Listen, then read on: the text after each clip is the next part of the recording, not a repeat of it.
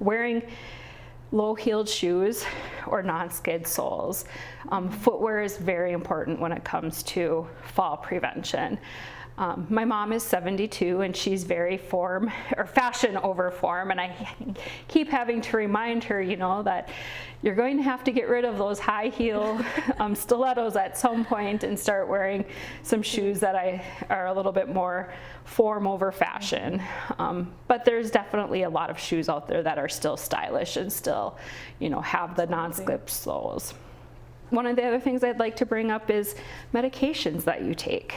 Most people starting at an older age are on 3 or 4 different medications, and the medications in of themselves might cause them to be a fall risk, but combining those medications, many classes increase your falls. Heart medications, sleeping medications, seizure medications, even some allergy or antihistamine medications can increase your fall risk.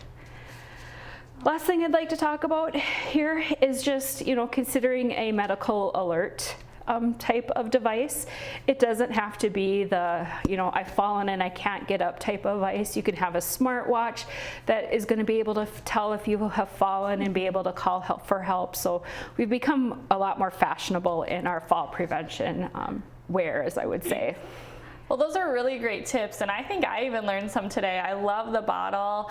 One thing, ice doesn't discriminate. We all are at risk of falling. It doesn't matter the age. Yeah, definitely. And I think there's some practical tips that we could all take away from this, and also for our loved ones and our families. Mm-hmm. So these are really great tips to, when we're out, not only in the community, but a lot in our home. What are some other ways that we can work on our fall prevention in the community? I talked about that exercise, and we can get exercise anywhere and at any time, but there's so many organizations in Sioux Falls that have come together to offer fall prevention education or programming. A couple of them that I'd like to highlight are evidence-based programs, which mean that they have the research behind them to show that they prove to reduce falls in older adults. A Matter of Balance is one that is offered with our Stand Strong program. It is an 8-week session. You meet once a week for 2 hours.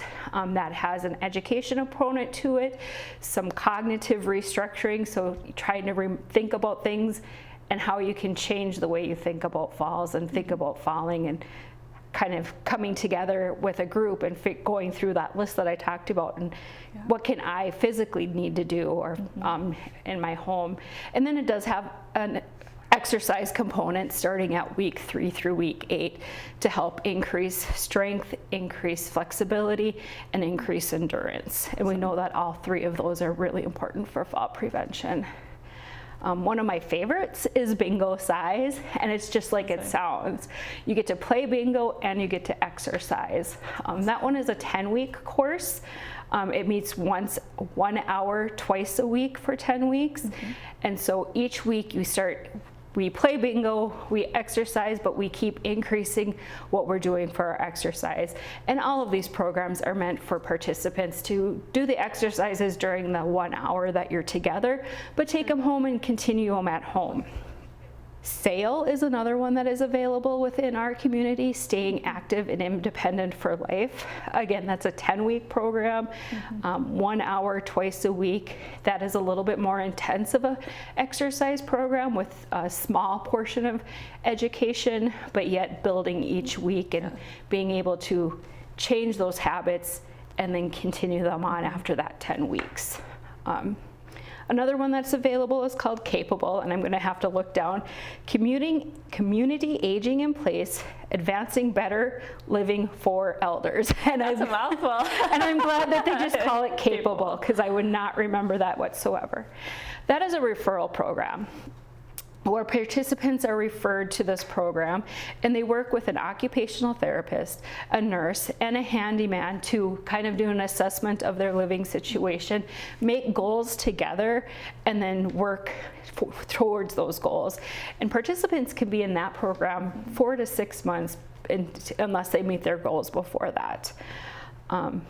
those are the ones that are our Stand Strong initiative, but other organizations within Sioux Falls offer many more different type of fall prevention programs. I got a mailing from the Sioux Falls School District, and I was flipping through it, and all of a sudden there was a big picture of Tai Chi, which is an exercise program, chair yoga, silver sneakers. You just need to go out there and find the right program that's best for you. Awesome. Sounds like there's a lot of resources in our community to prevent falls, no matter what stage of life you are. If you want to stay in your home, or maybe you're living with somebody else or in a facility, there's just a lot of great tips and help out there. Yeah, my last point I'd like to make is just to remind everyone that they should, meet with their healthcare provider every year, and also have a hearing and an eye exam every year. We are all aging, no matter what age we are, and we need to determine whether those declines are starting to happen and what we can do to prevent falls. And those 3 providers are great resources for you. Awesome. Well, thanks for sharing, Noelle. We appreciate having you here today to teach us all about fall prevention. If you would like more information on fall prevention or programs, you can visit livewellsiouxfalls.org.